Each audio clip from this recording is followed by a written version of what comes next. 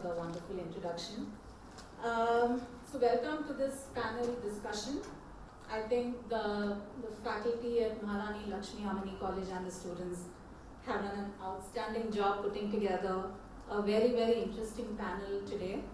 The topic of discussion today is around business ethics in accounting, finance, banking, and integration of it across these sectors. Before I start, I'll just quickly give you a little background about myself. I used to work at Arthur Andersen earlier. This is a company that was besieged with fraud and vanished. My first client was Enron in Maharashtra, which we know what has happened. Then I worked at Goldman Sachs in the middle of the financial crisis. I left in 2007 when things were starting to blow out. So at the very least, I have a sort of ringside view on what has happened. I think before, I'll introduce the panel in some more detail, and it's a great opportunity for us to have all of these speakers here and to have to listen to them. Just a little bit of a background around, what is business ethics, and I think most of the panelists will cover it in some more detail. And then we look at what does that mean in the context of the industry that we are in. Just a few thoughts, fundamentally, business ethics comes, I would say, from what is the philosophy of a business? Why is a business there? What is the purpose of a business, right? And how do these business goals sort of blend in with individual goals, with societal goals? How does one resolve any conflicts of interest that may come about while one is trying to sort of work across these 3 or 4 participants in this space? In some sense, we are in a moderately capitalistic society where primary objective is really, how do we maximize profits? But there are sort of so many stakeholders in this process. There are internal stakeholders, right? So there are your all your factors of production, land, labor, capital. And then there are external stakeholders, the society that one is living in. And the question is, you want to maximize profit. What is that maximum? Is there a limit? What is excessive profit? What is less profit? 2, how is the profit being distributed among stakeholders? Is there a question there around who should get what and how much? Should there be a question? Should we leave it all to markets? Should there be any sort of regulation? Then you come with a big word in ethics, regulation, right? What does regulation do? So, sort of coming back to that regulation question, I think it's really around, is it reflective of the society that we live in? To what extent are our ethics reflective of the society we are in, the individuals that we are, our cultural values, our economic sort of situation that we are in? And to what extent, what is the regulation that has come about in the last 15, 20 years, and what is the efficacy of it in different contexts? I think those are some of the questions I think that would be really interesting, to answer. Our industry, finance, accounting, banking, whenever you talk about ethics and you look at take the last 20, 25 years of corporate fraud, fundamentally it comes down to there is either an accountant at the bottom of it or the banker, right? What is it about this industry that is making it at the front line of this conversation, right? Is it because, other industries deal with things that you can touch and, there's the level of trust is there because the buyer can see it, whereas ours is more around complex concepts, things that, the average person doesn't understand, and therefore we are more prone to misinterpretation of it, So those are some of the questions that would be interesting. There are a lot of words that have come up in the last 20 years, right? We hear about corporate governance, insider trading, corporate social responsibility, directors' responsibility, independent directors, how independent are the independent directors? I mean, all sorts of things have come out in the last 10, 15, 20 years, and it will be great to sort of have a discussion around it. I think we are in a time where we are recovering from one of the greatest recessions of all time, and the heart of that has been this dilemma. And it's a complex concept because a lot of it is in grey. There isn't really a clear black and white on this conversation. And I hope we can explore that grey some more. Happy to introduce the panel. So Dr. Charan Singh, he is, of course, he's He comes from our world of academia. He's a professor, but he spent several years prior to that working on diverse policy matters both in India as well as abroad. He is currently the RBI Chair Professor at Indian Institute of Management, Bangalore. Earlier to that, he was the Senior Economist at IMF, where he was working in the Independent Evaluation Office, where he's extensively interacted with senior policy makers, including finance ministers, governors of central bank. He has a doctorate in economics. He was a visiting scholar at Harvard and Stanford. Significant amount of time in the RBI. Policy interests include international economics, monetary policy, fiscal policy. So it would be, I think, a great session. We would invite him to speak eventually for about 10 minutes. Dr. Muthuraman is a co-founder and director at Riverbridge Investment Advisors Private Limited. It's an advisory firm that focuses on SMEs in raising capital as well as in their M&A. He's a former director of ratings at CRISIL, and I find that a little interesting because rating agencies were at the heart of some of the things that went wrong. So we can have some conversations around that. He has almost 2 decades of experience in financial markets in India and abroad. He's a mechanical engineer from Guindy Engineering College and a postgraduate from Indian Institute of Management, Bangalore. Ms. Asha, for the students here, please be inspired. She's done all the possible degrees that you can have in this field. She's a chartered accountant, cost accountant, company secretary, CIMA, and she's a manager at KPMG. So,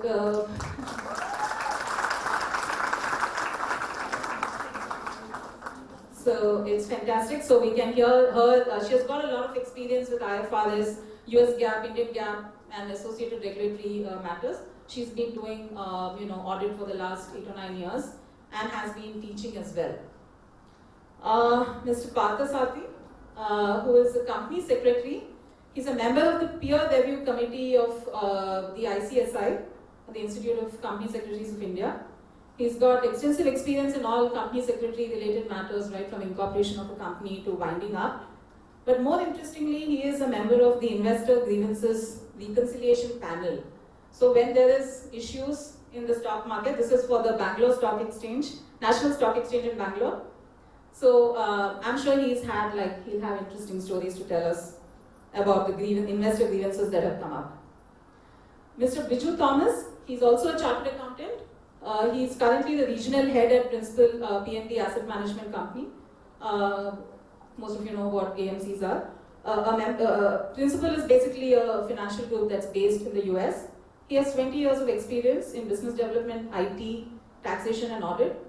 Prior to that, he was working with the Murugappa Group, that's based in Chennai, and heading their regional asset management business division. He's also got a lot of banking experience. He's worked with Citibank and ICICI Bank.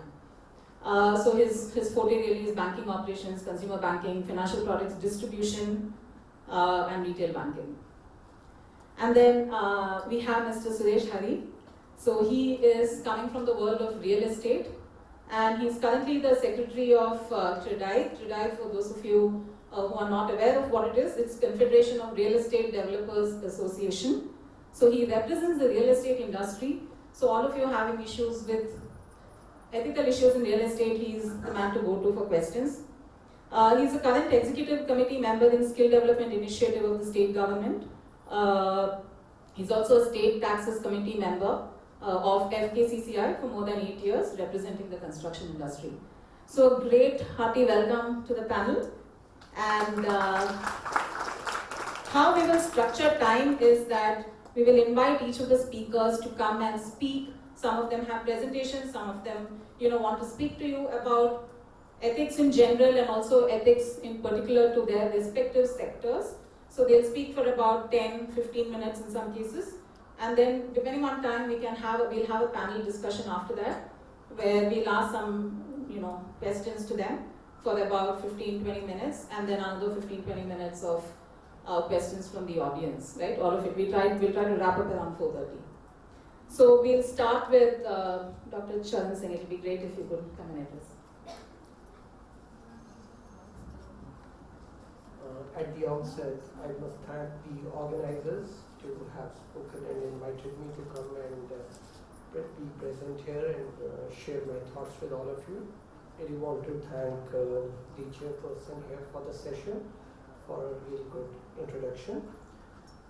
As far as ethics in banking is concerned and ethics in financial services are concerned, I thought I'll start with some basics.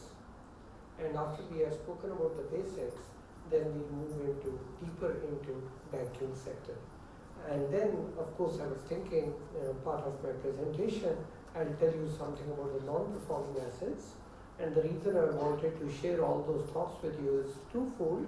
One is I was the banking research director at the Reserve Bank in 2006-07, and therefore handling all these issues before the crisis hit, but already aware of what the problems are. And the second is, up at IIM Bangalore, I've been studying these issues of non-performing assets and talking to bankers and their vigilance cells, as well as talking to the market and finding out what really is happening on the non-performing assets. So that's going to be the structure of my presentation. So let me start with the very basics then. So what is this whole issue of ethics? I'm sure since morning you have been debating about it, and I'm not going to go into what the word came from, but then there are three major streams that emerge. The first is, depending on the work of Aristotle, holds that the virtues such as justice, charity, and generosity are dispositions to act in ways that benefit both the person possessing them and that person's society. That's one version where you talk of the virtues. The second is, makes the concept of duty central to morality. Humans are bound from a knowledge of their duty as rational beings to obey the categorical imperative to respect other rational beings. That's the second. The first one is virtues, and the second one is duty. The third is a little different. It asserts that the guiding principle of conduct should be the greatest happiness or benefit of the greatest number. So those are the three basic streams that ethics and morality, and these two words seem quite synonymous. There's been a debate also, is a debate between philosophers whether ethics and morality are synonymous, and there are two views on it, as you can expect. So in plain language, what is ethics? It's basically defined in normative ways of looking, involving a comparison with some norm or an ideal. So that is what ethics is all about. Now in business, the use of ethics also needs to be examined, and Milton Friedman, the Nobel laureate and fierce advocate of freedom of markets, argued that there is one and only one social responsibility of business. And you can guess what that is: making profits. So in business, the issues involved are really many. And some of these issues are like, what is the role of the shareholders in business? How to approach customer care? How about advertising? And look at this example. A bank launching a savings drive, calling upon parents to save for daughter's marriage and son's education. Is there already a gender bias here? Is that ethical? Then there are some more issues like corporate culture and reputation and conflict of interest. I want to touch a little bit in detail about the corporate sector. So while all the story of ethics is about the conception of right and wrong behavior, corporates, as Milton Friedman already mentioned, only try to focus on maximizing their profits or maximizing the wealth for their own shareholders. What about the society and the welfare of the whole country? What about the environment and natural resources? There can be different types of unethical behavior which we all familiar with, like there could be bribery, coercion, insider trading, political donations, gifts, presentation of false returns, preparation of false income statements, accumulation of profit through illegal means, and most importantly, unfair discrimination on the basis of race or age or gender. even religion. So, given this overall background, let me move into the banking system now. In the banking system, this issue has really become very, very important. In general, as we have just noted, and I'm sure since morning you have been deliberating upon it, can we say that unethical behavior is basically greed?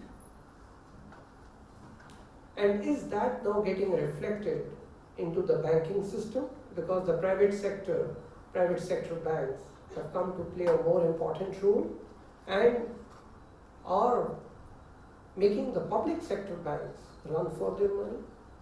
What is it that is happening in the banking sector?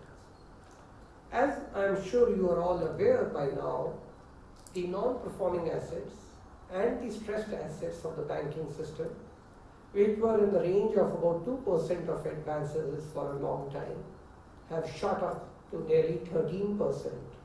And many pundits say this is still a very low figure. It could shoot up anytime further. If you look at the data over a period of time, and I have been in the Reserve Bank since 1984, and we saw the time of the reforms which took place in 1991, non-performing assets were nearly 19% in 1993-94 when we started computing it for the first time. We brought them down to 2%, and now they have shot up back to 13%. We are talking about ethics. So then the issue is, where are those non-performing assets coming from? And are they all emerging from fraudulent practices? So we did the study and spoke to various stakeholders in and around Bangalore and also to people in Bombay. And we looked at what are the causes of non-performing assets. Are they all fraudulent, or is there something beyond it? So we found, yes, it's true that there is oversight of accounts, and that's because of the pressure on the banking system. And I'm sorry to mention, but I see it the way I see it. If you have 1 lakh bank accounts, and then your banking system has been in existence since 1955, public sector banks, since you first nationalized the State Bank of India, and you could only have 1 lakh crore accounts, and then you want to push Jan Dhan, and you open 16 crore accounts within 6 months with the same manpower, obviously the attention gets diverted, and then therefore there is oversight of existing accounts. And I've written about it in different newspapers and said, when we push our public sector banks in one direction without providing them any additional support, probably this would obviously happen. We should be prepared for it. The second factor we found is poor internal controls inside the banking system, how the application is moving. And as the chairperson just summarized, there could be factors behind the movement of application and the speed with which it moves or it doesn't move. And what are the internal controls as far as risk factors are concerned? We found those also as some of the causes. The third is more important. The chairman of the bank is sitting there and you want him to now report frauds. That goes very much against his own tenure. So therefore, he will try to suppress the frauds during his time and let them just emerge only during the next man's time. And therefore, there is suppression of frauds or identification of frauds are delayed, and the more they are delayed, the more dangerous they become. Yes, in some cases, there are insufficient know your customer norms too, but not really in a big way. And then there are issues of corporate governance in the banking system. Now, if a chairman of a bank has only to be appointed for a few months or 18 months, how do you expect him to leave his mark? And therefore, there are bigger issues of governance as far as the banking industry is concerned. The government is seized of it. The Knight Committee did recommend about it, that there should be longer tenures, selection should be far more robust, and also suggested that there should be a distinction between a chairman and a managing director, and the government has been thinking about it and already started implementing to some extent. My question is, when I look at these non-performing assets, and I've been into the commercial banking myself, started my career from there, been into central banking and spent a couple of decades at the Reserve Bank of India, and then landed up in the International Monetary Fund in a couple of years there. It's very surprising to know when we blame the commercial bankers for rising non-performing assets, the auditors, the chartered accountants, the legal experts, the rating agencies are never questioned. Whereas the commercial bank is basing, the officer in a commercial bank is relying on his own tests, on his own personal visits, and on his own data collected, but also significantly dependent on information that he is getting on different instruments or different institutions from all these different people, auditors, chartered accountants, legal experts, rating agencies. They are never questioned. Well, in the study that we did, and in the people that we interviewed, we were surprised to know, and the people that we interviewed involved 6 former chairmen of banks, involved vigilance officers of commercial banks, and of course, AGM level officers also.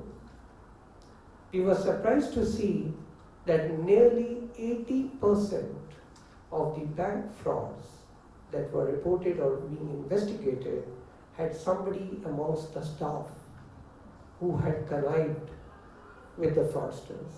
So that raises one very important issue. Thank you, sir. Really interesting set of thoughts for you to think about. And one of the things that came to me was, he said that accountability is, when he was talking about bankers, he said that accountability is something that jointly rests with so many other entities, with the chartered accountants, with the rating agencies. All of them are sitting here, and the question is really, it's such a nebulous concept, and who's taking ownership? And can we pass it on? Can we say that he had to do his job, I did mine, right? So that's one thing. The other important thing around regulation killing creativity and learning at the mother's feet, really beautiful. And now invite Dr. Muthuraman to come and speak. Could you, sir, please keep it to 10 minutes? Thank you. Great.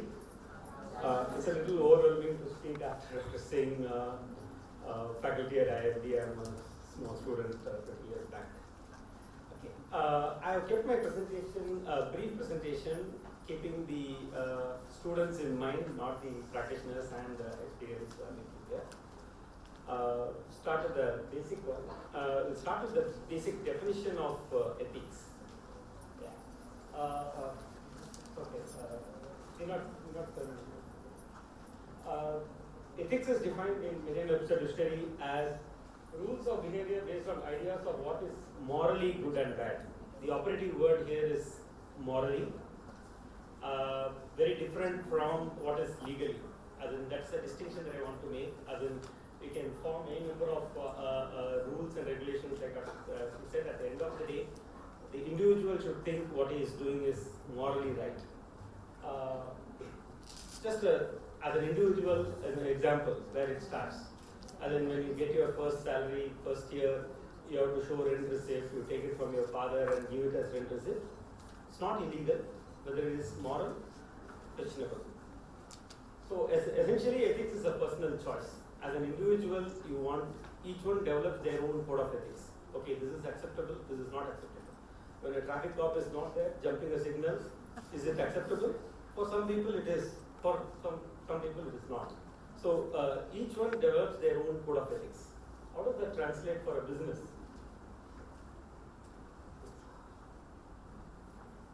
So again, in a business context, ethics becomes what kind of an organization the management want to build.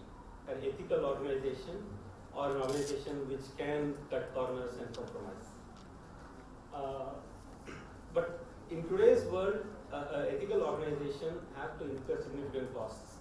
Famous quote by Warren Buffett that honesty is a very expensive gift. Don't expect it from cheap people. So ethics come at a business cost, especially so if your competitors are not practicing same one, then either you become uncompetitive. So I'll just give a classic example. There's from the real estate industry. There's a company called Alacrity Housing. Okay, it said that I will not accept cash and I will not pay any development authority. However long it takes, will go by approved plan and wait for the approved plan and construct. But then the ethics at whose cost? There are home buyers who had bought before approval and waiting for a year, 2 years, 3 years, their interest is running. At that point of time, there is some cost to the company, but a much larger cost to its consumers. So it's a compromise that the developer has to make. It's a choice that the developer has to make. Whether should I cut corners, pay somebody, get the approvals and go ahead, or should I just wait for it and pass on the cost of my honesty to my consumers? Just another example, a classic example of whether it is legal versus moral. There are several MNC pharma companies even today. There's a classic example of one where a drug is banned because after prolonged use, the patients turned blind. So the drug was banned in several developed countries instantaneously the moment they came up about the outcome. But subsequent to that point and ban in developed countries, for next 8 years, those drugs were still sold in India because it was not banned. So legally the company is correct. Is that the ethical way they want to run? How many people would have turned blind, and imagine the impact on their livelihoods? But then you cannot bind them because at that point of time the regulation was that drug was allowed in India. So this is a classic moral dilemma that each company has to face. So that is where the culture or choice of that organization comes. Whether you want to build an ethical organization or you want to run the business practically, like I said, maximize the profit at all cost. Just stay within the four walls of the law and you're good. So there are clearly in these two examples, in our mind there is a clear right or wrong answer, but legally there is no right or wrong answer. So the idea is actually to seed the thought in the student's mind, form your own code of ethics in whichever organization you go, form your own code of ethics, and earlier the better. Banking, he had spoken extensively on the non-performing assets. Every non-performing asset, most of them can be traced to some ethical breach at various points in time, either in the sanction process or in the monitoring process. Most of them. And the laws and regulations alone cannot prevent this from happening. It requires a culture of developing, the bank has to develop a culture of running ethical practices. And like he said, political interference or short tenure of leadership. See, how does an organization develop a culture? It comes from the top. If there is a private company, the promoter, classic example, even listed company, Infosys, for example, if the chairman or the founders lead by example, it percolates through the organization. It develops a culture of high ethical standards. But if there is no such continuity, very difficult to form even a culture of ethical practices for an organization. So that hurts banks and public sector banks even more so because they are dealing with, at least private companies, it is their choice. But in public companies, both the deposits as well as ownership is with public at large. So to that extent, the problem gets even more exacerbated. And what is the solution? Like I said, as in some degree of autonomy in operations and a longer tenure of leadership can help build a certain culture for each bank.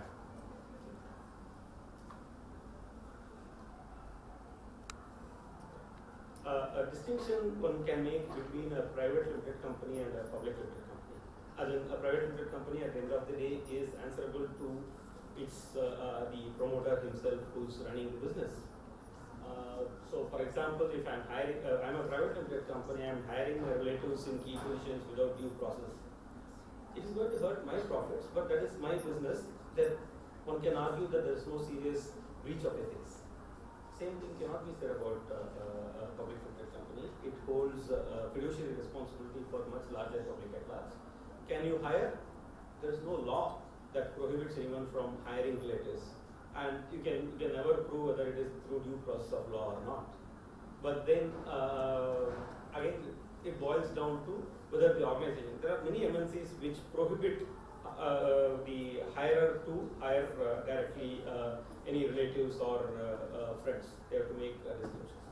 But then that is all self-formed rules. No law or regulation can prevent hiring of crony in key position. It has to develop. Sudra and Professor Charan Singh and my other esteemed panelists, of course the faculty members, the leaders, and I think the audience are all mostly teachers and faculty members from the management school. I represent an organization which is involved in the space of real estate development, so we are real people. And our Dr. Charan Singh and Muthuraman did touch on the subject of ethics. And luckily she didn't give me the time because I did the mistake of asking the coordinator how much time I have before speaking in one of the forums. Immediately she said, sir, we have invited you, you have come all the way. You can talk as much as you want, sir, no problem, but we will get out in 10 minutes. Thank God. We talk of Manunidhi and the justice being delivered in the righteous form from the soil. Where we have lost? Have we lost it as a baggage in the travel, or have we lost it, or is we adding it? We don't know what it is. My interpretation of ethics is different. If you go to a tribal, what you practice in a city or in a village or in a different climatic societal condition will not apply to him. What he perceives as the ethics is his cultural, his realistic thing. So similarly, what I practice in a particular environment, in the industry or in the space I am involved in, is ethical. The example I can give you is, if you take a goldsmith, I am not touching with any reference, I am talking to the traditional goldsmith.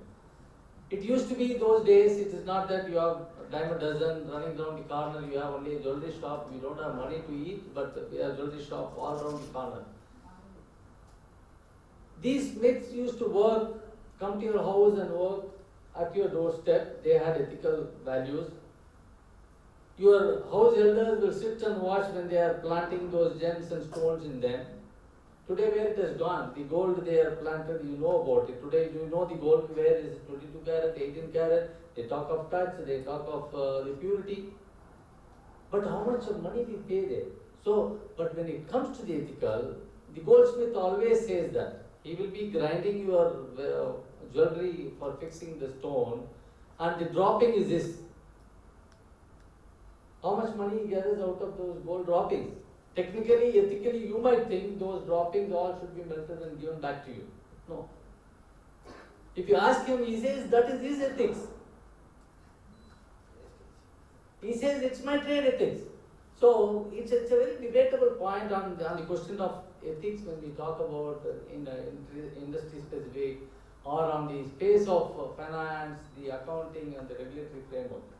I will touch on, as a student, I think we should go on a very, very positive note on the ethics and not having a impression that we are here at a very, very turbulent stage of the country where we are, because the chairperson did correlate, she had a rim view of where ethically and mispractices happen and she had come out of it. She did touch on that boldly and it is nice to hear that. We have in this world the spectrum. On one end you must be knowing about the famous Toyota 9 million car recall on one spectrum. The other spectrum, you had the famous sacking on the Walmart of a new employer who, the staff who pointed the ethical value, who was preached ethical value for 1 week. was preached ethical value for a week, and the next week she pointed a debatable point on insider trading, she was sacked. These are the spectrum available in the market, and you don't know which is ethical, which is not ethical. So the ethical is available in this country, ethical practices are available. I will touch on the space of real estate first and say that where we are and why we are and what we are. As far as the industry is concerned, we are the roti, kapda, makan are the three essentials.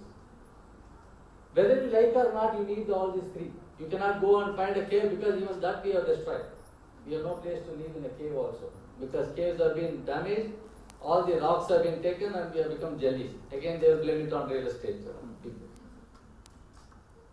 This broad spectrum of claiming anybody who does a housing becoming a real estate is the first challenge for us.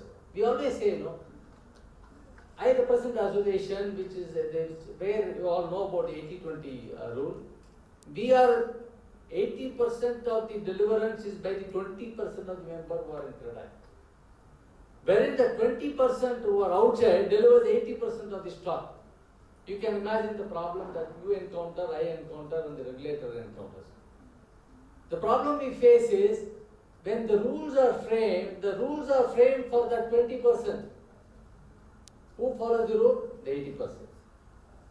So the person who is framing the rule is not thinking in a very, very rational way. See, this is a very challenging situation today. You ask a police, a cop, what would be a best practice is, he stands at the beginning of the one-way traffic and stops somebody doing an offense. No. He will stand at the end of the one-way road. So that either he gets a legal mamur or a legal fine. He is good if he gets a fine, no problem. But then it is ethically, is it right? He could have prevented somebody. Similarly, the person jumping, he quoted the example of a signal jumping. Yes, you see early morning, we find it on the roads of, I am an early morning racer, I go for my exercise in the morning. It is impossible to follow the traffic rules in the twilight areas. Absolutely difficult. You may be getting into accident spot because the people don't wait. You wait for a signal, they will be honking behind you or running through you. This is a problem you face. Then you are cornered to continue with the pace others are going. You are with the ethical surrounding. Whether you like it or not, you are in the ethical surrounding, you are with the street. So we spoke about the industry where we are controlled by, as Muthuraman did touch on this. In fact, he answered my question on which I would have also answered on alacrities and others. There are many in that space who have tried to do as reasonably a very, very, very straightforward approach, but have not survived in the space for the simple reason it is not for doing what you perceive as ethical value to deliver real product which you want ethically given. The problem is you want it ethically, but the person who delivers this cannot follow it ethically to a greater level because of the regulations and rules. Why this industry, which is the second largest employer after agriculture, is the construction industry in India. Second largest employer. In a few years from now, agriculture is waning, and so it will be the toppest employer in the country. Which needs the most protection? This industry needs the most protection, most control, most effective monitoring, and most better treatment by everybody concerned, finance and regulators. But we are the worst affected from all sides. The state government follows their own rules and regulations. If you go for a plan sanction, it will be all of you are management students, some of you will be doing financial management also. So definitely you will understand the arithmetic of 1 plus 1 is only 2 and not 1 plus 1 is 4. So what we do is when we go and submit our plan, we expect the plan to be sanctioned as per the notification that within 3 months if everything is correct. Some of the plans even takes 3 years to come out. Imagine my landed holding costs. Who is going to bear it? I am a businessman. I am developing a product. If I have to sell it in the market later after 3 years, develop it, my money I pump in and develop it. In this process, definitely some unethical practices do come to some people who are not able to leverage their brand and collect that price. Then they want to do is adhere to or to unethical practices. That is where many fall a prey to such unscrupulous market players. But generally, if you go to a branded product, there are some issues which can be tackled, which can be addressed. So ethically, we have no problem as far as the industry is concerned. From my fraternity is concerned, from the space of credit I am talking. I won't say, because you have put on the map, the developer means everybody. Somebody building down the corner is also a developer, somebody who is building a skyscraper is also a developer. So I can't question you on that or blame you on that. On the question of finance, where do we go for finance? The real estate doesn't get the priority finance. We have been asking repeatedly the Finance Commission, as a banker you know sir, and the educationalist you know, we are not treated as a priority sector. Priority sector loan, if it comes, we will get cheaper loan, we will get better acceptability of loan. We are not telling, see where is that 6,000 odd crores given by one Dayan and a tycoon who is sitting in the parliament but nothing is happening. You are talking of NPAs of people in the other industries who are just sitting right while, but there is no question. When it comes to real estate, there is no funding available. We are asked to give ourselves, our asset, our wife, our children, everything as a pledge before money. What money? 25% or 50% of the money. Is it a workable proposal? We won't be able to realize. So what we do, we go to the third party, the outside finance, the STVs come in, the venture capitalists come in. I think they are all fools. If bankers are tight, they are much more tighter than others. Only thing is they treat us better and give us the money for us to function in that space. So we have these challenges. In these challenges, when we work, you are asking about the accounting ethics. Accounting ethics, see today most of the ethical practices are advised by the chartered accountants themselves. They will talk you on one of the first lesson in your accountancy will be about window dressing. Do we have a control on that? The window dressing has been prevalent. You can bring in any number of regulators, any number of rules that it's not going. So there is a problem of accounting as far as the transparency is concerned. But we account it, today we are on a challenge because all of you understand the government wants to tax unsold stock, they say. Unsold stock, who is it to decide? Is it sold because I don't have a market to sell it? Or is it sold and I am not registering it? Or is it in the process of construction? It's a very debatable point. When these questions are thrown to us, how do you value that and ask us to pay tax? Then we are going to ask the government, don't pay, we don't have to pay tax, you buy these stocks. Pay us the money. In fact, it is becoming a challenge. We don't mind when you buy. I will tell you one interesting fact of the real estate. You buy a property for 100 rupees, 33% goes to the government in some form or other. So we are the highest milking cow. And who is that? You are the people who are paying it, please. You people are not making, you people are paying, and we charge, and ultimately say real estate is charging you so much. Having said this, the industry, don't worry, real estate is coming into the space of regulatory bill.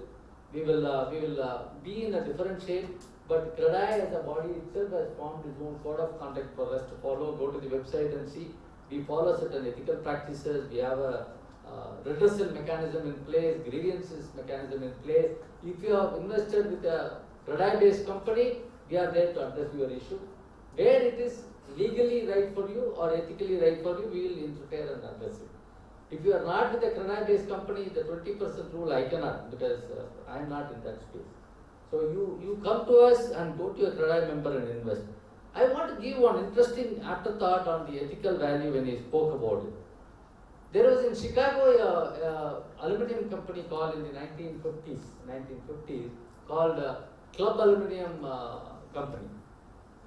Club Aluminum Company even now is famous. Club Aluminum cookware, you can go through Amazon and see it is available here and there. But the story about that company is in 50s, the Great Depression was happening, they are not coming out and it was going through bankruptcy stage.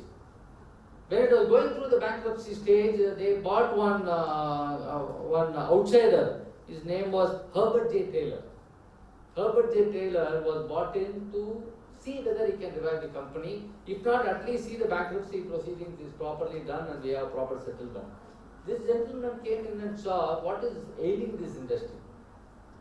He said we have to get into what are the root causes. on their advertisement space, on their claim space, on their product space, on their pricing space, everything he went into the sector, he found everything they were doing was wrong. They were advertising products saying that they were the more than better than gold. On the price front, they say they are the lowest when they are taking almost 200% markup on their product. On the accounting front, they were not booking their cost, in fact, because the regulators were not, even now American regulators, we don't know, we have better regulators in India.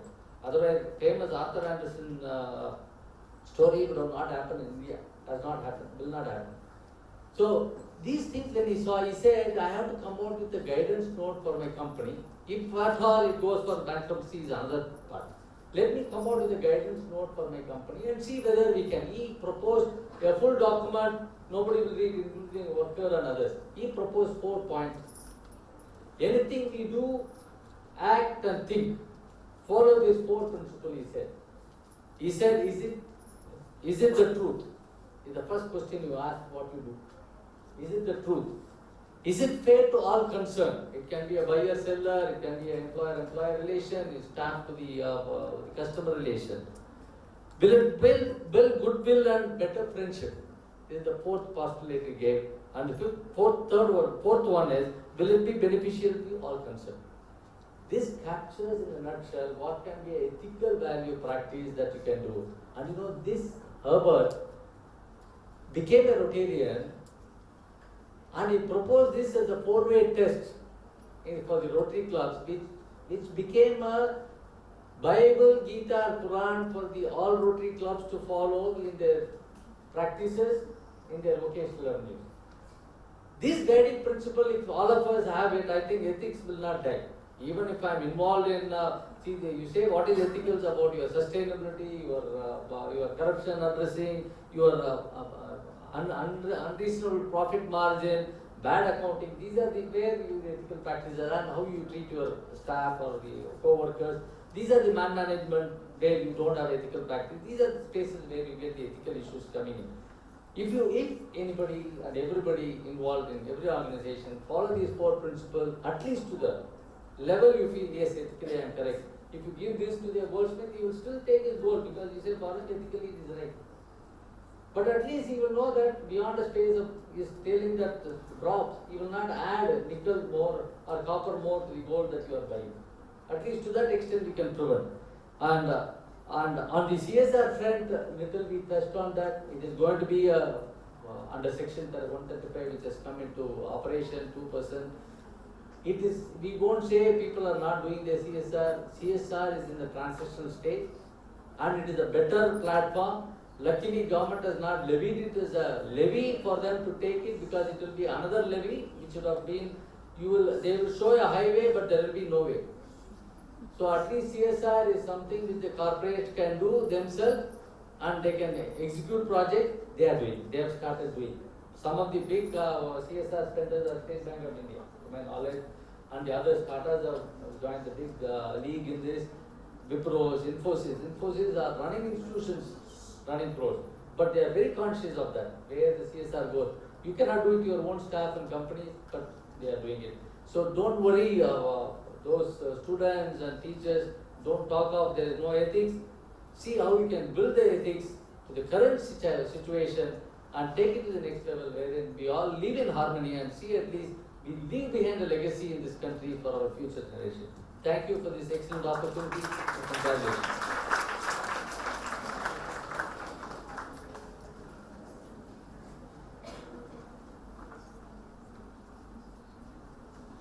Thank you, sir. Some key takeaways. One, I thought was around relativity of ethics, right? What is ethics for one?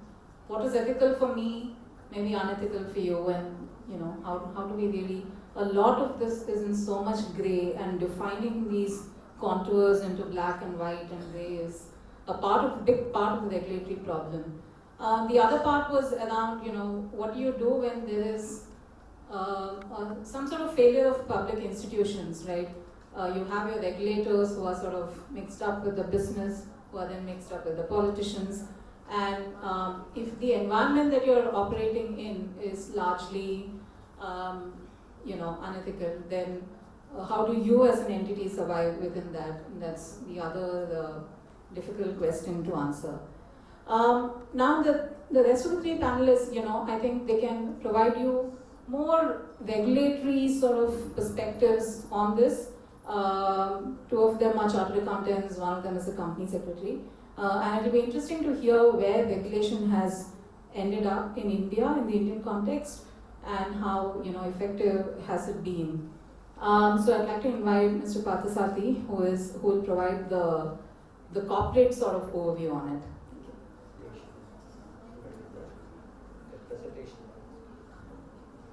At the outset, let me thank the Commerce Department of this college for having given me an opportunity to stand before you and share my views on ethics.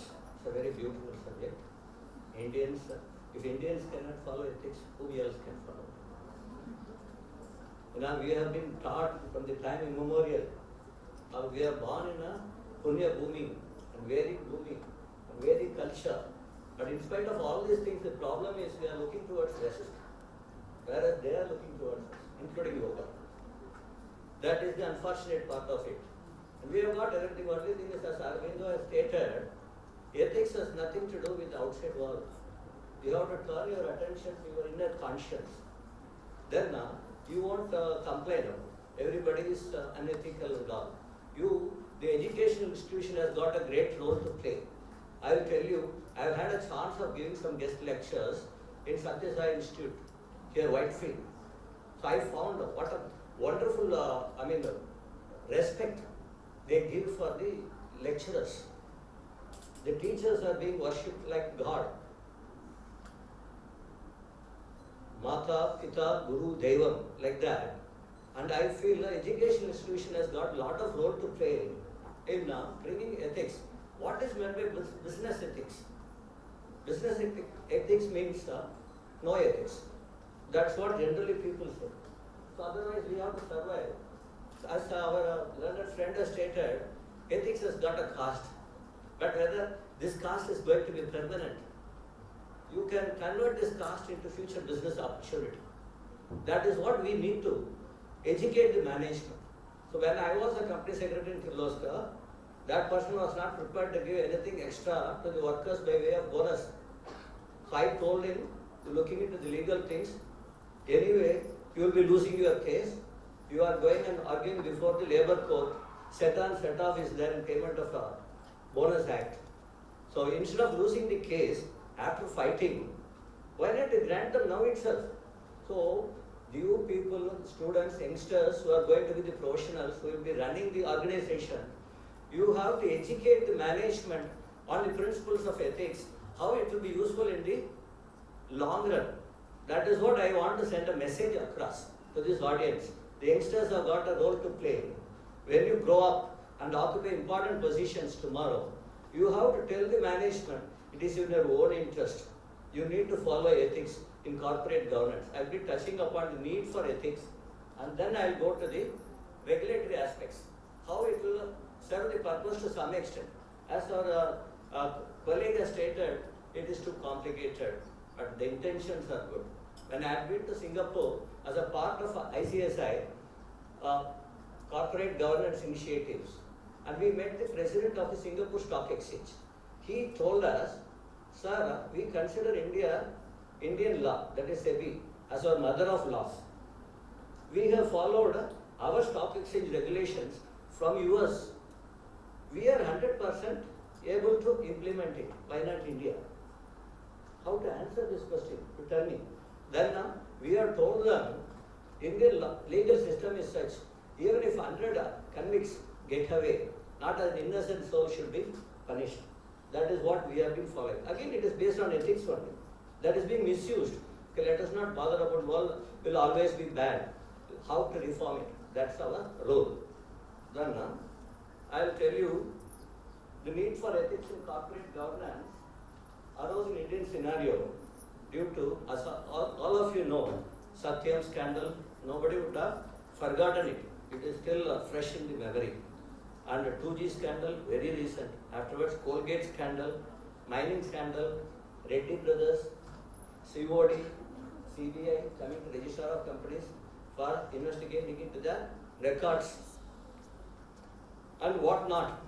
Even fair growth. I have had a chance to represent the executive director. Just I wanted to learn company law. That's why I have taken up that assignment without telling anybody. Otherwise, they'll think I'm also a bad fellow. No? Anybody aligning with the bad person will be branded as bad. At that time, I found because the managing director, the main problem of this scam was that the 8 crore company, paid up company, first year they had 800 crores turnover and about 20 crores profit. They had given gold coin to every member. Ultimately, the people were charged up all the members at the time of annual general meeting. They said, you are all 420s, whoever are standing on the dais. You are all 420, so we don't agree for re-election of the directors, retiring director. We don't agree for appointment of auditors because they have fudged accounts in connivance with the management. So, practical situations, how to find a solution. I want to share my experience. Come with the ethics, in the interest of the shareholders. I told the shareholders, I was a corporate representative, sitting like you from the audience side. I told, if you don't elect these directors, next year the government has to appoint, you know how long it takes for the government to appoint directors. They will not come. Next year AGM will not be held. If you don't appoint auditors, who will audit accounts? So ultimately I told them, I was able to convince the shareholders to at least re-elect them so that next time they will stand on the dais to receive a fire. At least re-elect the shareholders. They said, no, we will appoint from ourselves some of the directors. He said, you should have given special notice 14 days before. You have not given that. Now for the time being you do that. Then you requisition a EGM and then appoint whoever you want in the board of directors. So certain times you should know how to convince management as well as the other side. And you are, as a company secretary, they are supposed to be the repository of CSR responsibility. What is CSR responsibility? All the stakeholders. Generally people think, most of the companies are of the opinion, how to maximize profits for the benefit of shareholders. That is wrong. Everyone you have to keep in mind. Creditors, interest, and your customers. Ultimately, nowadays market-driven economy. Without customers, which company can sustain in the long run? So the quality and the servicing of your debts and legal compliances, shareholders comes the last actually. Residual claimants. If you know the company law, you know shareholders stand as the residual claimants. If you take care of all the stakeholders, ultimately whatever is left is for the shareholders. In the long run, they are going to be benefited. Even investors will be happy to invest in well-governed companies with moral ethics, I am telling you. That has already been happening. So many fly-by-night companies were there. When you look into the scams, you will know, understand, there were so many fly-by-night companies. Because of that, the investors' confidence was totally shattered. And the capital market suffered a dip. Now, thanks to Modi effect, it is again looking up. So let us try to capitalize on that. But at the same time, fortunately, unfortunately, the new Companies Act has been introduced, wherein the concept of corporate governance is thought to be extended not only to the listed companies, but also to the non-listed companies. So we have to appreciate some part of the legislative efforts in controlling this menace, unethical businesses. So I will run through what I have to, present. Yeah, it's needed to protect. Now you know where is the need for protecting the interest of different stakeholders. Who are all the stakeholders? Creditors, customers, employees, society, government, shareholders, litigators. How do you know a company is really well managed? On ethical lines. Well-governed company on ethical lines. These are all the parameters for you outsiders, for anybody to check out. As the company published code of conduct. Code of conduct generally law asks you to frame a code of conduct only for directors and one level below. But in your own interest, you should appraise your management to have code of conduct from top to bottom. Anything that should start from top to bottom, not from bottom to this one, especially ethical aspects. For example, IBM, whenever anybody joins, they give an orientation for all the newcomers, training of staff, what are all the ethical values you are supposed to follow as a part of IBM team. An example I am just trying to tell you. So it starts from the beginning. So it should run into a bloodstream. The ethical values of the company should be properly propagated so that it will run into a bloodstream. Then everybody as a team, if you are able to enthuse them, motivate them, then I don't think there will be any problem. Only thing is there should be right type of professionals to prop up the management, to follow the ethics in corporate governance for the benefit of everybody. Ultimately, we have to tell them you are also benefited. Then they will agree. I have had a personal experience. That's why I'm just trying to tell you. Then. Mr. Biju Thomas, he's got a presentation. He is a person who is a chartered accountant and has also worked in finance, so it will be a very interesting presentation. Please, students at the back and the faculty members, please pay attention to his presentation. So if you could. My sincere gratitude for giving me an opportunity here to just stand before you and present on this particular subject, and which is more valued in the current scenario. And see, if I look at just give you some brief introduction. So, see, I have been the advantage of working the new generation industries. Like see, if you look at I'm working since 1995 in the private sector.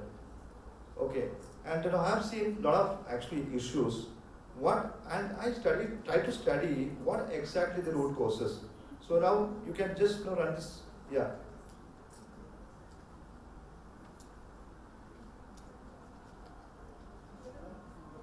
Is there?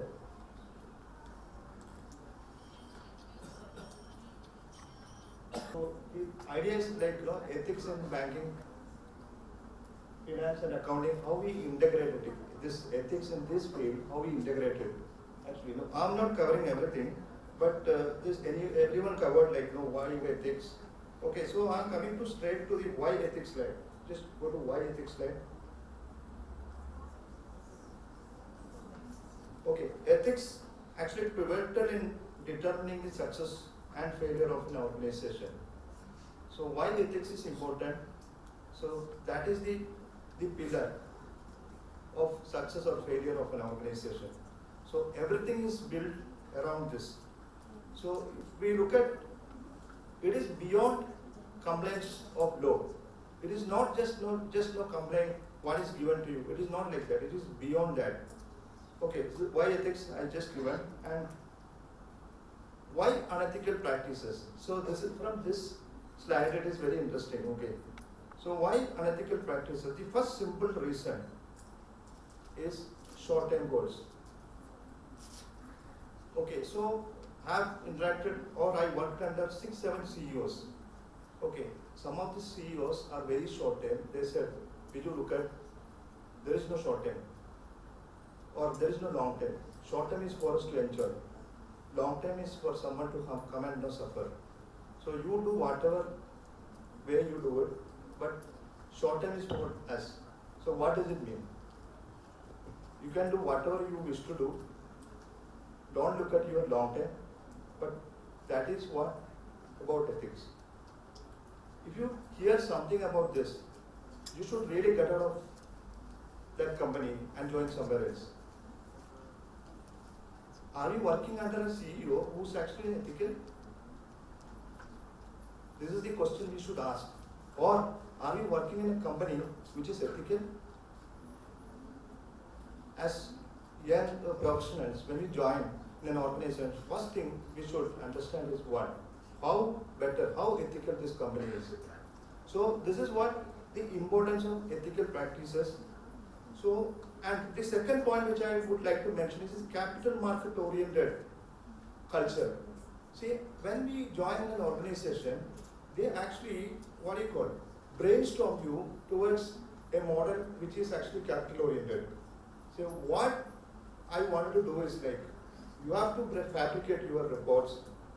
Every investor should come to this company and invest.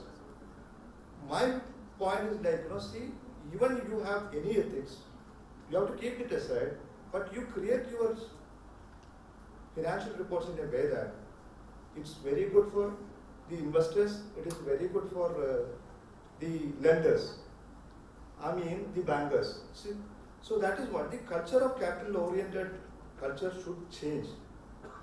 We have to look at the other social factors like what is that company giving to you the social society at large. So this is one aspect of it. And the third aspect, unreasonably investor expectation also. Like those earlier days, investors were ready to wait. Now these days, investor come and invest in a company, in 6 months, we have to show result. And see, earlier we used to give yearly dividends.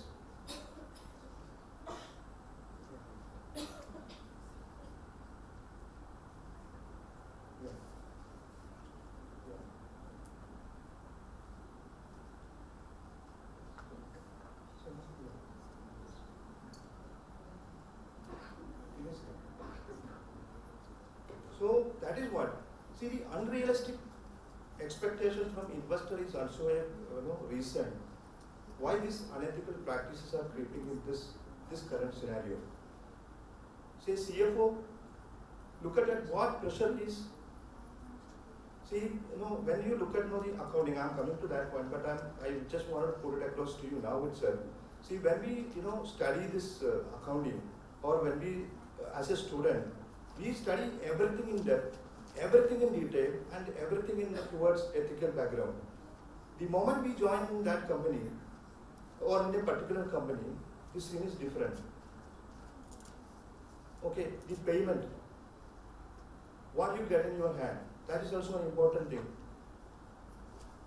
Okay, when we get addicted to that, if I quote the example of the Goldman Sachs issue, see, Rajat Gupta was actually punished, and if I refer or the problem of the US law, why it is not punished in US law?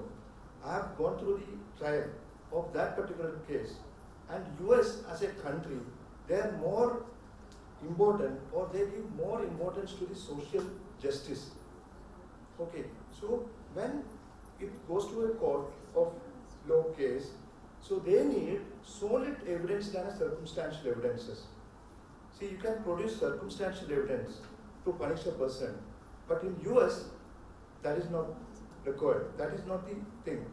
You have to provide actual evidence of this person committed this fraud. So out of the 3 accusations against him, 2 he has been acquitted because there was only circumstantial evidences and there was no full proof evidence. And what SEC did, and if you look at the US as a country, everything is recorded. Your BlackBerry handheld, everything is documented. You have to give every report to the SEC. You can't do anything, but still people fool the system. How? They created, these traders created a separate language in their own language, a code language, to actually give information. So what does it mean? So in US also, they used wire traps. You know what is wire trap? To punish a person, that person's phone is actually trapped by the government. To get the proof, okay, this person has done this. And the lawyers. So I don't have much to share because I think everybody spoke so much technical about ethics, maybe banking sector, finance sector, what is happening in the Companies Act side, what is happening in the global side. I think there's a lot of thought which went in. To keep it short and sweet, and last and least that I am speaking is, so for me, the ethics is all about understanding. Okay? And I think if you really, I have a lot of content to speak, but I'll restrict myself.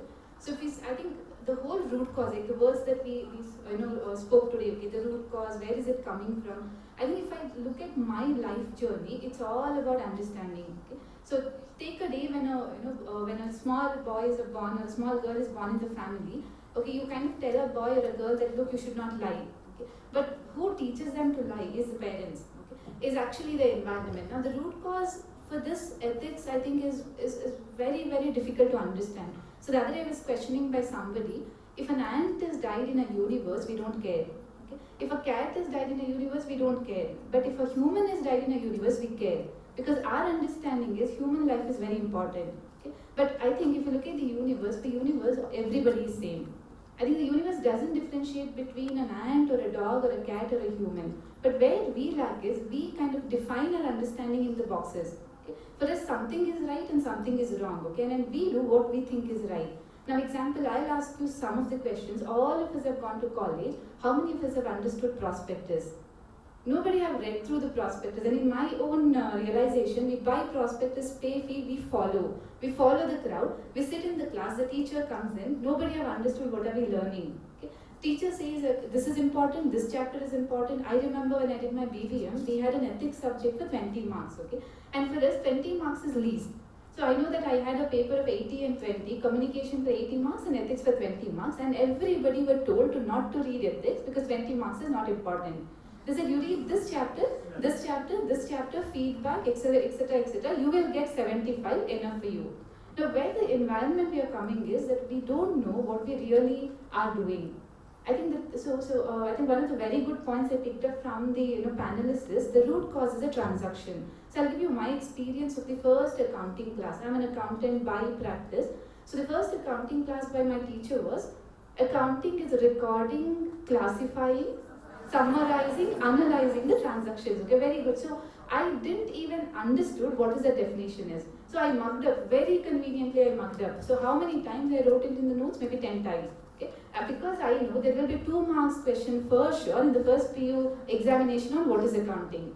But after I went through and after I passed my CA and then we spoke about Satyam, everybody picked up Satyam's name today.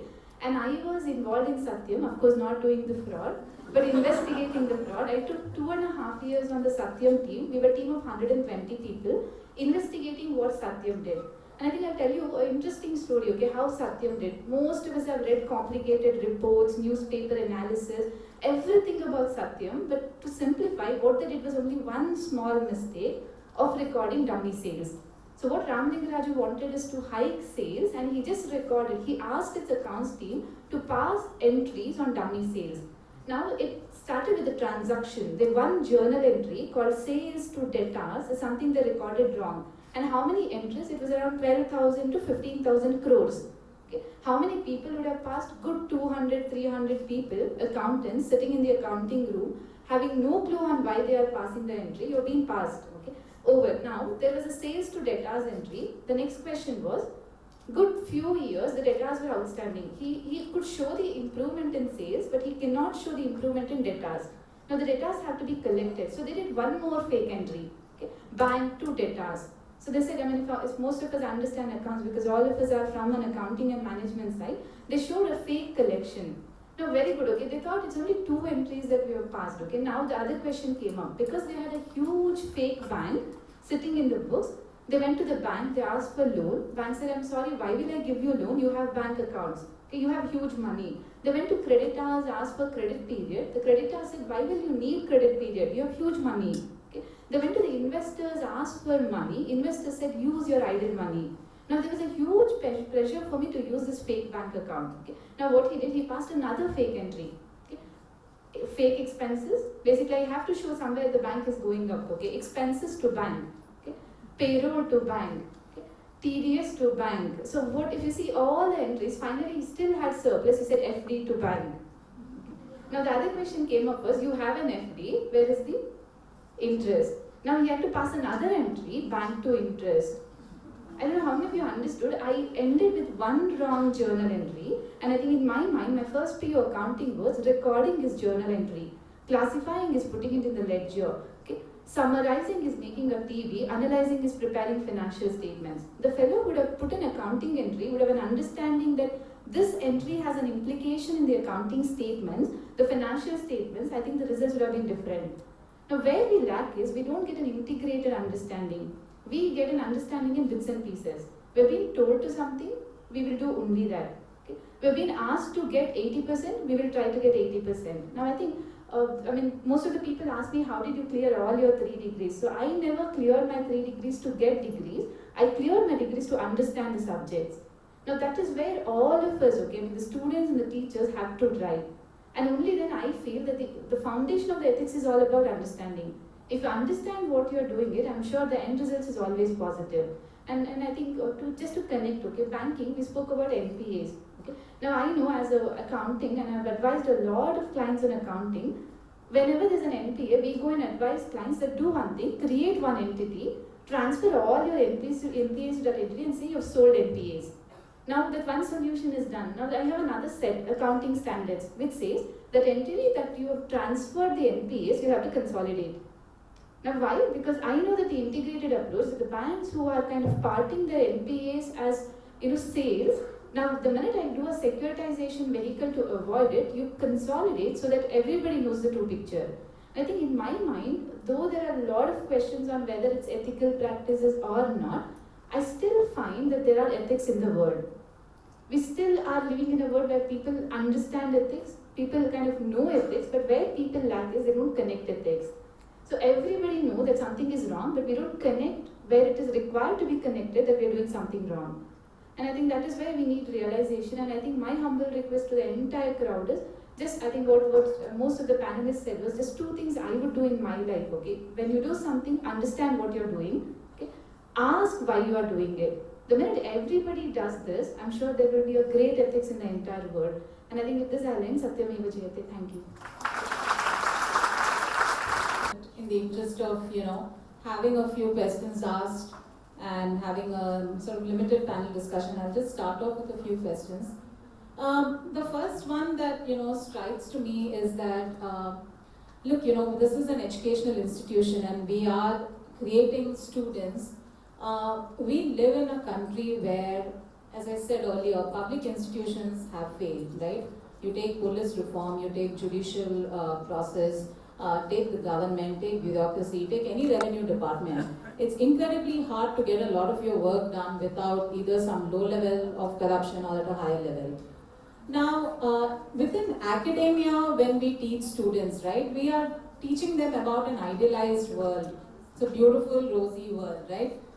How should faculty approach this issue? Are we creating... I'll give you an example. When I left, I did my MBA at IMA. At the end of an MBA, I was completely unprepared to do business in India. I had learned nothing, right? So how should faculty sort of prepare students to live in this country is one question.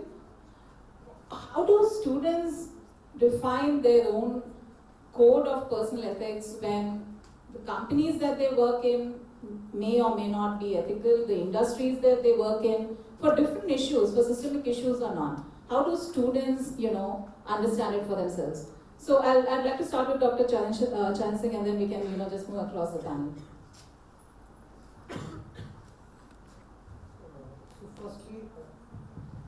Firstly, I don't think we have failed.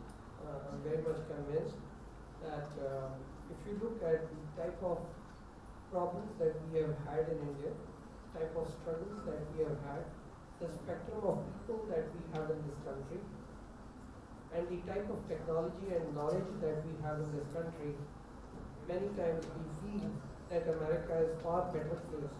And if you look at the 2008 crisis, the 2008 crisis very clearly shows that if we could run a country with people where literacy levels are low, financial literacy is very, very low, circumstances that our banks lend in are very different, credit rating agencies and databases are not available, and despite that, we have never had a crisis like the 2008 crisis.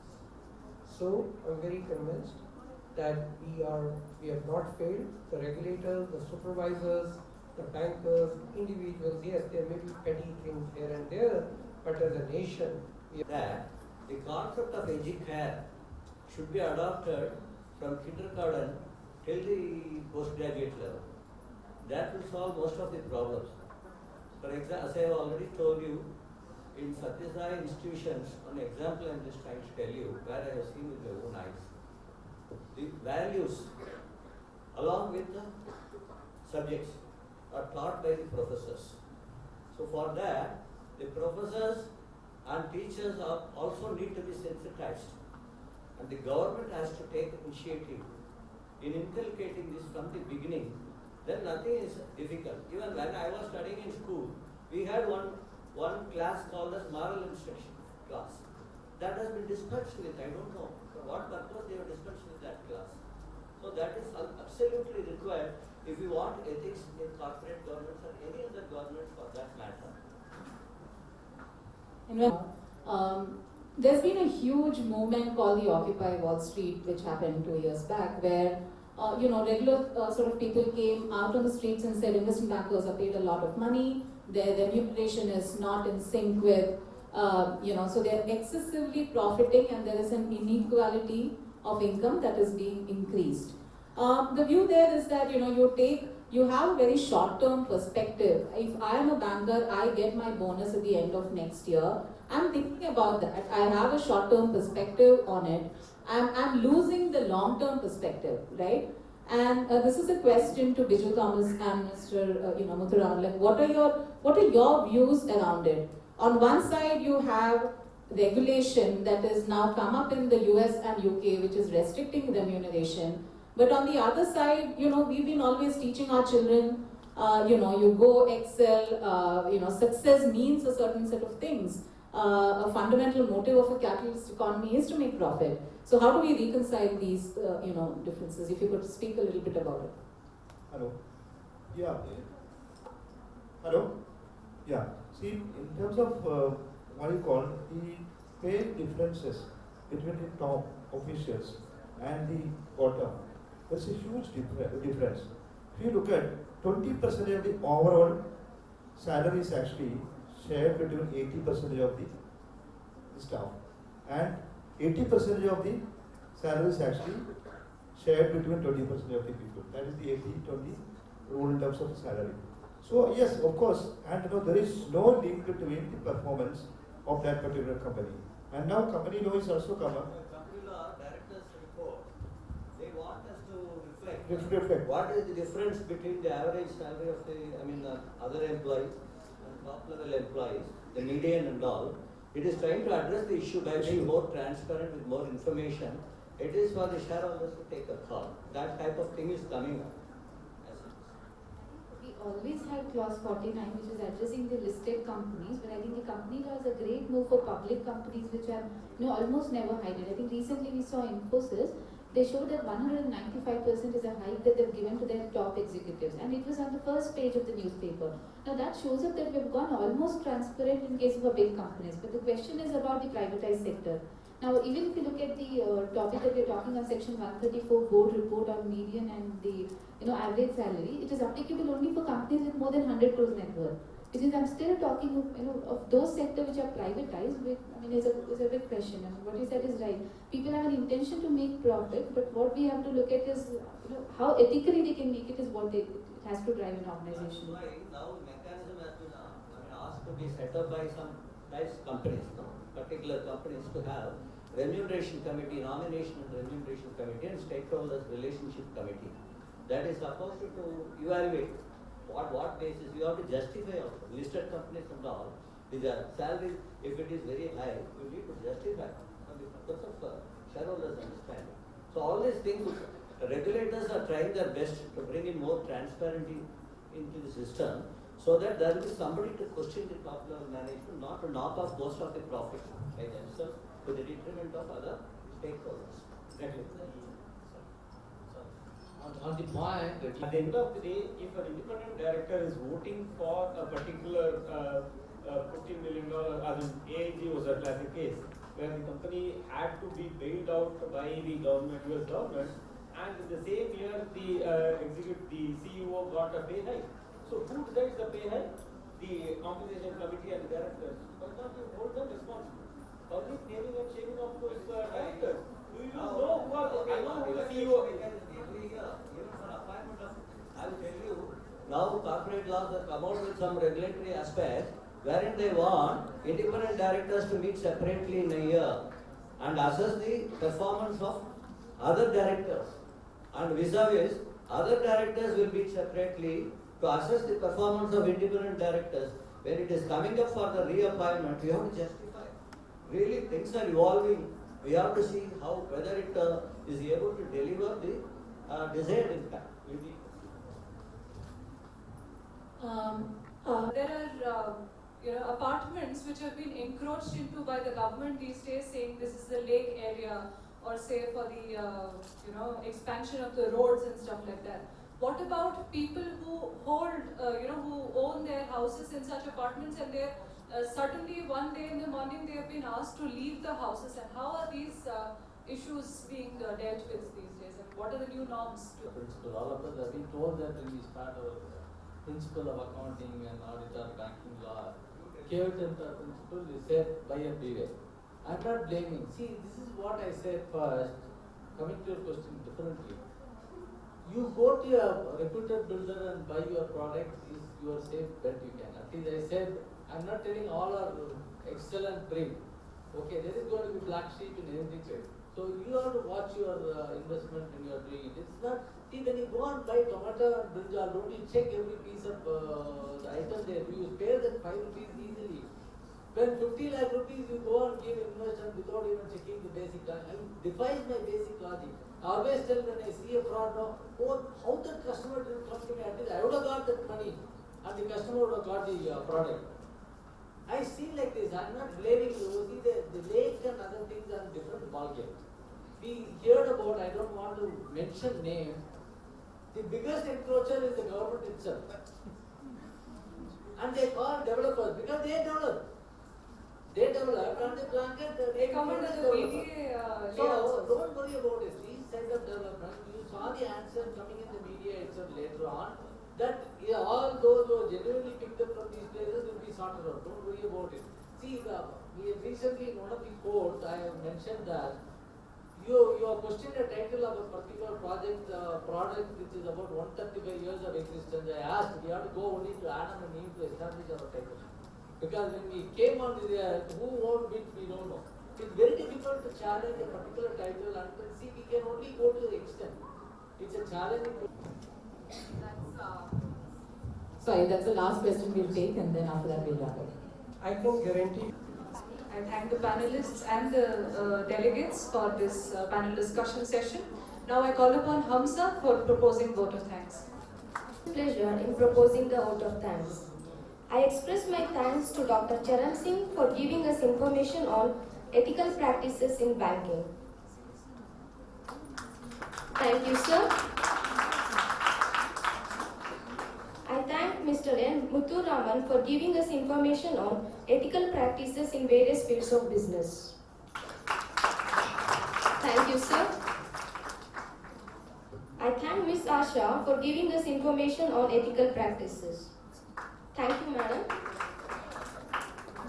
I thank Mr. R. Parthasarathy for giving information on ethical practices in field of corporate governance. Thank you, sir. I thank Mr. Biju Thomas for providing us information on ethical practices. Thank you, sir. I thank Mr. Suresh Hari for providing us information on ethical practices in real estate. Thank you, sir. I also thank the chairperson of the panel discussion, Ms. Surga Tilkan. Thank you, ma'am.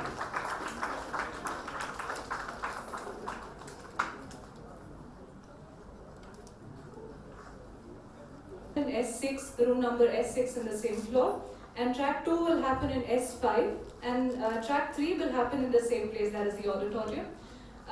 Tea will be served for all the paper presenters at their respective rooms, and the other delegates are requested to go to the assemble at the students' lounge where the tea will be served for them.